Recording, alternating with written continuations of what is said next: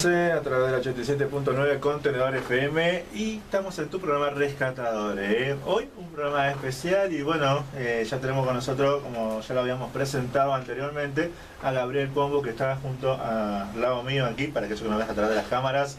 Y bueno, ¿quién nos va a contar? Primero, ¿quién es él? ¿A qué se dedica más o menos? ¿Y qué es lo que hace en su vida cotidiana? Bueno, en lo que puede interesar al motivo de la charla de hoy, que es la presentación de mi primera novela, un thriller inspirado en la época victoriana y en crímenes famosos. Bueno, además de ser un abogado, el cual es mi medio de vida, un gran pasatiempo que me llena el espíritu. Desde hace años he incursionado en la literatura, en escribir, en publicar. Primero, ensayos e investigaciones de tipo histórico y criminológico. Y también basados en el tema de los asesinos en serie, que ha sido un poco el fuerte mío en estos años, que me ha permitido, bueno, hacer charlas, conferencias, ser invitado, cuando han tenido la gentileza de invitarme a algunas mesas redondas o congresos, tanto en el país como en algún caso en el exterior.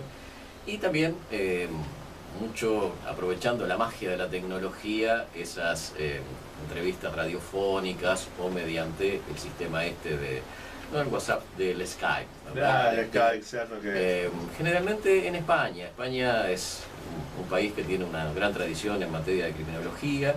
Y bueno, y ahí mis modestas obras y trabajos han tenido eco.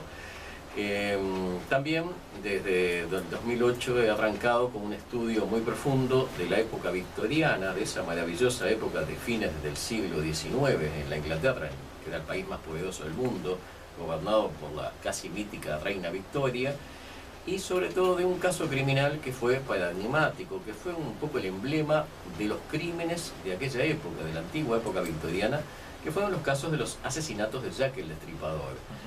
Y posteriormente, luego de que diera lugar a dos ensayos, uno llamado El monstruo de Londres, la leyenda de Jack el Destripador, que publiqué en el año 2008, y otro que lo reedité el año pasado y que fue motivo de tu amable invitación el año pasado, o sea, La leyenda continúa, que es una suerte de segunda parte, pero también siempre desde el estilo literario del ensayo, de la investigación histórica.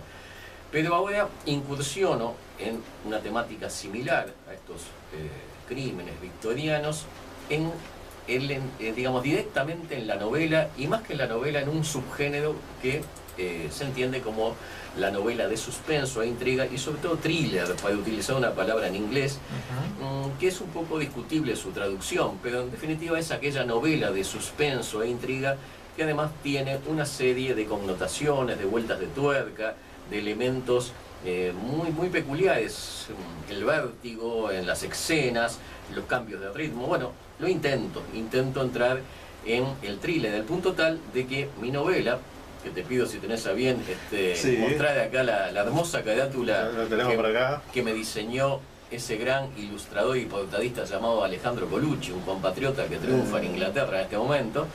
Bueno, se ve perfecto ahí, el título de esta novela es El animal más peligroso y el subtítulo es Un thriller victoriano. Y con este subtítulo hacemos mención justamente al estilo literario, al género en el cual incursiono y también a la época, que es la ya mencionada época victoriana. Por lo tanto, crímenes cometidos en la Inglaterra de ese entonces y dos casos paradigmáticos del delito violento, que son los del muy conocido Jack el Destripador y los de otro asesino serial de aquella época, que fue aún más violento, que sus crímenes fueron hasta más sádicos del llamado Jack el Destripador, pero que tuvieron mucho menor difusión y mucho menos alcance mediático en el paso del tiempo, que es el conocido como asesino del torso de Támesis o descuartizador del Támesis. Ahí va, que en alguna oportunidad, el programa anterior, la última invitación, estuviste con nosotros dándonos algunos adelantos de aquella gran novela. De esta gran novela, mejor dicho, porque en realidad la tenemos aquí presente. Bueno, digamos que algo por ahí, ¿no? Lo de gran, tú eres muy amable con lo que cuentas, es una novela hecha con mucho amor, con mucho cariño, que ya está en librerías desde hace más de una semana y que ha sido motivo también de algunas críticas a nivel de internet, en sitios web dedicados a esta temática. Y bueno, me siento muy halagado de que la crítica ha sido positiva, favorable hasta el momento, pero lo que espero es que se difunda y que el lector uruguayo tenga bien no adquirirla, sino sobre todo leerla, comentarla y disfrutarla. Hice un esfuerzo muy gozoso, muy disfrutable, para que a su vez el lector pueda entrar en este mundo de dos grandes casos criminales de aquella época, paradigmáticos, emblemáticos, con personajes que le dan esa amenidad, ese toque de fantasía propio del thriller. Detectives, detectives de ficción algunos, otros que fueron personajes de la realidad, o por lo menos que están extraídos de registros genuinos de la época. Bueno, todo sumado a una información objetiva, veraz, donde hay mucho tiempo. Yo comencé esta investigación en realidad hace prácticamente 9 años, como mencioné hace unos minutos, con mi primer libro, El monstruo de Londres, la leyenda del destripador. Su publicación data del 2008 y ya anteriormente estaba incursionando, consiguiendo material, haciendo todo un trabajo que, sin proponérmelo, de una manera inconsciente, terminó en ahora una labor literaria y culmina con este libro que tú tienes en tus manos. Y bueno, quedo a las órdenes para que me sigas preguntando y así lo profundizamos un poco. Ahí está. Y antes de ir profundizando y adentrarnos un poco en lo que es esta novela o este libro, en realidad en el cual tú publicaste recientemente, me gustó la carátula del libro. Y la carátula, como también referí momentos atrás, está diseñada por un gran ilustrador compatriota uruguayo, Alejandro Colucci. Refiere ahí, bueno, podrán aquellos que tengan a bien ver el video que se va subiendo, o entrar en internet, donde también tenemos imágenes, ver que es un trabajo espectacular. Tenemos a los dos presuntos malvados acá con sus capuchones, con reflejos azulados, con grandes capotes, con unas chaquetas, digamos, engarzadas con botones dorados, y empuñando en sus manos dos cuchillos, o sea, en una actitud siniestra.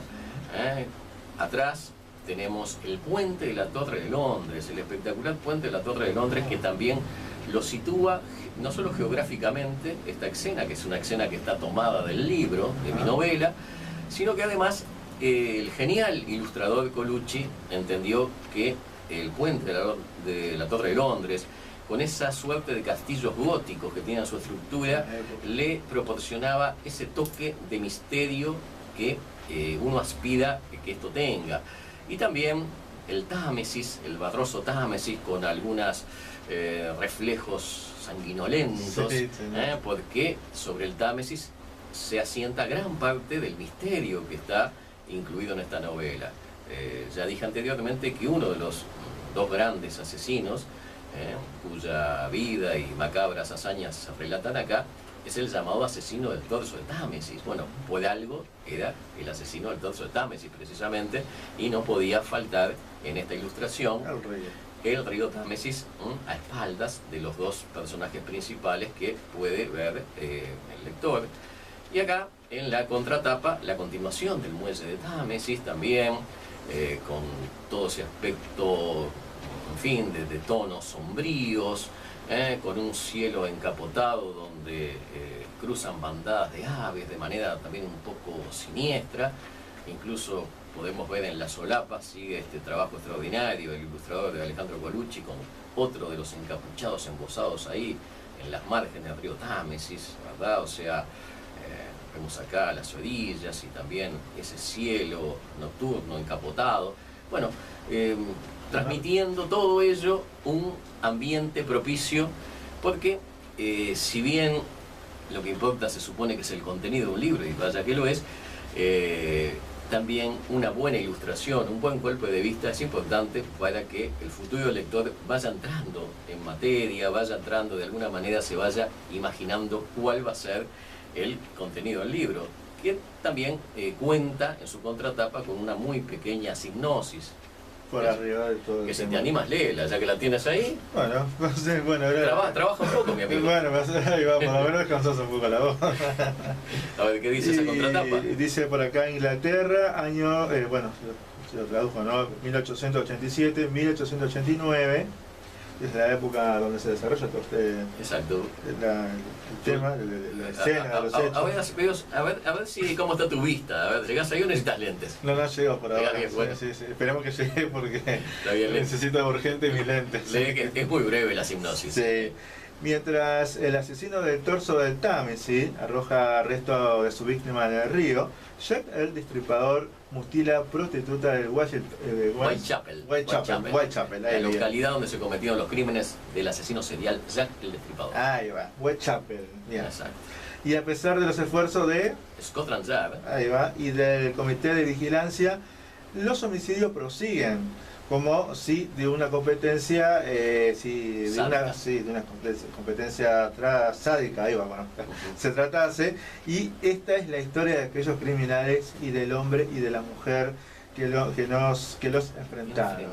Exactamente, esa es la parte ficcional, ese último párrafo, el enfrentamiento del bien y del mal, hombre y mujer, detectives, adelanto, enfrentando a las dos entidades maléficas encarnadas por el asesino en serie Jack el Destripador y el no menos macabro asesino del torso de Támesis. Bueno, entonces, yo creo que vamos a dar entonces comienzo a alguna de las preguntas, o no sé si tú quieres ir primero a una. Yo recomiendo si tú quieres ir a una pausa primero Usted conduce, yo estoy a las órdenes. Le digo para capaz que si quieres descansar la voz o... No, por favor, de estos temas podemos hablar hasta la noche si tuviéramos tiempo. Pues sí, sé que termina a las 6 de la tarde, que ya es bastante extenso este programa, pero con mucho gusto estamos acá, así que... Termina a las 8. A las 8. A las 8. Pero no el tuyo. ¿Este programa? Sí, Rescatadores. Sí. Bueno, seguimos hasta las... No, ¿sabes qué? Te va a matar alguien, me parece que está del otro lado. Que está filmando en este momento. Bueno, muy bien.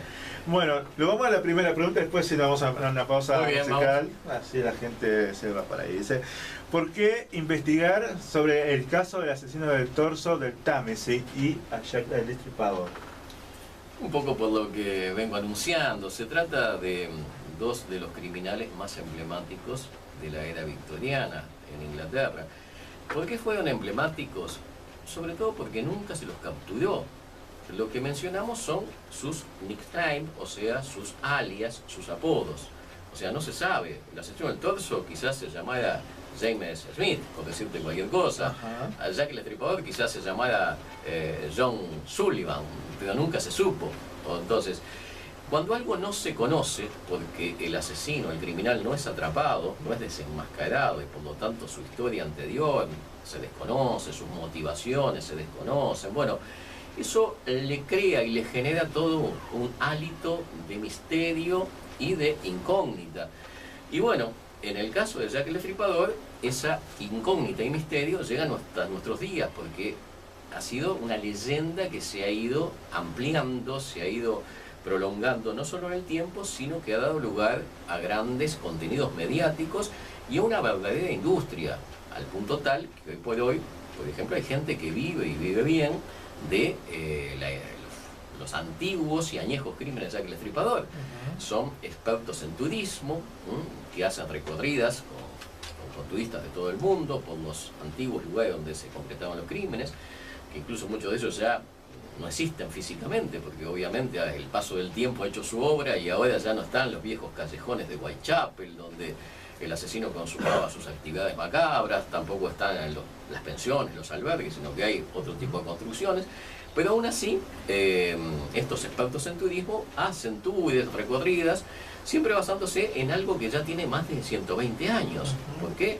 Porque se trataron de homicidios cometidos en 1888, durante un brevísimo lapso, el llamado Otoño del Terror, que no va sino del último día del mes de agosto, 31 de agosto del año de 1888, hasta el 9 de noviembre del mismo año. O sea, estamos hablando de 10 semanas, y 10 semanas le fueron más que suficiente a este criminal para alcanzar su triste celebridad. Y bueno, a su vez ahí, como también mencioné minutos atrás, otro gran criminal que también debe su macabra fama al hecho de no haber sido nunca capturado y solamente designado por esos motes de tipo criminal, que es el asesino del torso de Támesis, o también llamado descuartizador del Támesis. Bueno, ¿por qué investigar? Repito, porque fueron casos emblemáticos, casos insolubles, que solamente pueden ser resueltos y solucionados desde la ficción. O sea, mi libro justamente es una novela y yo quiero reiterar eso. O sea, no pretendo de ningún modo descubrir o aportar o postular a tal o cual persona para el puesto de ese asesino, para ese rostro anónimo.